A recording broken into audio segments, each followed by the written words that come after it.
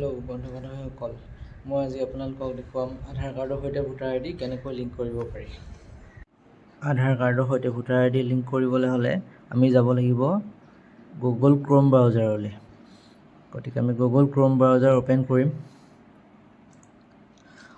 Open কৰাৰ পিছত search বাৰত লিখিব লাগিব nvsp.in nvsp.in।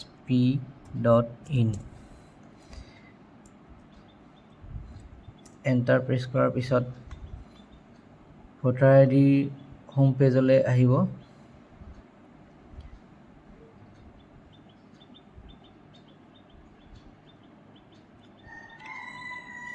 এতিয়া আমি আহিলোঁ ভোটাৰ আই ডি পৰ্টেলৰ হোম পেজলৈ অহাৰ পিছত এতিয়া আমি ইয়াত দেখিবলৈ পাম EPIC download search in electoral roll voter I D portal. এতিয়া আমি যাম ভোটাৰ আই ডি পৰ্টেললৈ।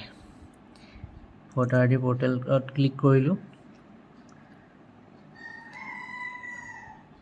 ক্লিক কৰাৰ পিছত এনেকুৱা এখন পেজ অ'পেন হ'ব।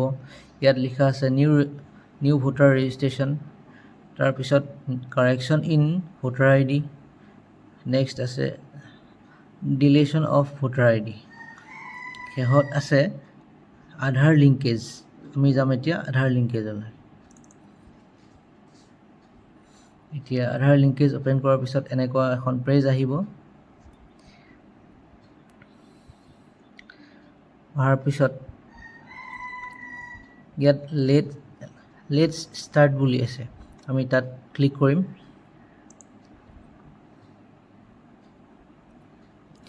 ইয়াত সুধিছে ভোটাৰ আই ডি, আপোনাৰ যদি ভোটাৰ আই ডি আছে তেনেহ'লে আপুনি yes I have voter I D number click কৰিব, আৰু যদি নাই তেনেহ'লে no' I don't have voter I D number ইয়াত ক্লিক কৰিব। যিহেতুকে প্ৰায় সকলোৰে ভোটাৰ আই ডি আছে, সেইকাৰণে আমি য়েছ I have voter I D নাম্বাৰলৈ যাম।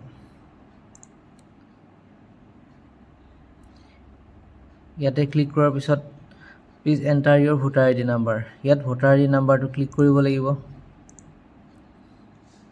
যিহেতুকে মোৰ ভোটাৰ আই ডি নাম্বাৰ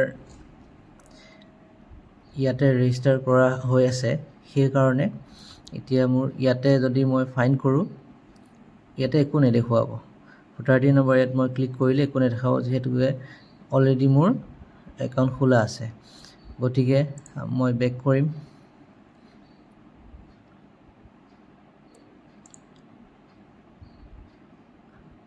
বেক কৰাৰ পিছত মই ইয়ালৈকে আহিলোঁ।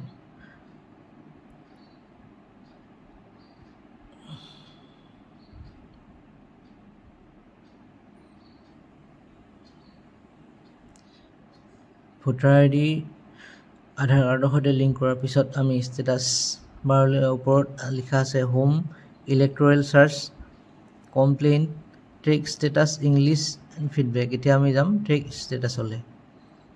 ইয়াত ক্লিক কৰিব লাগিব। ক্লিক কৰাৰ পিছত এপ্লিকেশ্যন নাম্বাৰ এটা আহিব। লিংক কৰাৰ পিছত সেই নাম্বাৰটো আমি ইয়াতে ক্লিক কৰিব লাগিব। ক্লিক কৰাৰ পিছত ট্ৰেক ইয়'ৰ ষ্টেটাছত ক্লিক কৰিব লাগিব। ক্লিক কৰাৰ পিছত এনেদৰে আহিব ট্ৰেক ইয়'ৰ এপ্লিকেশ্যন ষ্টেটাছ। এতিয়া আমি ইয়াতে মোৰ নিজৰ এপ্লিকেশ্যনখনৰ ষ্টেটাছ আমি ইয়াত চাবলৈ পাৰিম। আপোনাৰ একচেপ্ট হৈছে নে ৰিজেক্ট হৈছে আমি ইয়াত নিজে চাব পাৰিম। যদি মোৰ ভিডিঅ'টো চাই ভাল লাগিল তেনেহ'লে ছাবস্ক্ৰাইব কৰিব, লাইক কৰিব আৰু শ্বেয়াৰ কৰিব। আগলৈ যেন এনেধৰণৰ ভিডিঅ' আপোনালোকলৈ পঠিয়াই থাকিব পাৰোঁ।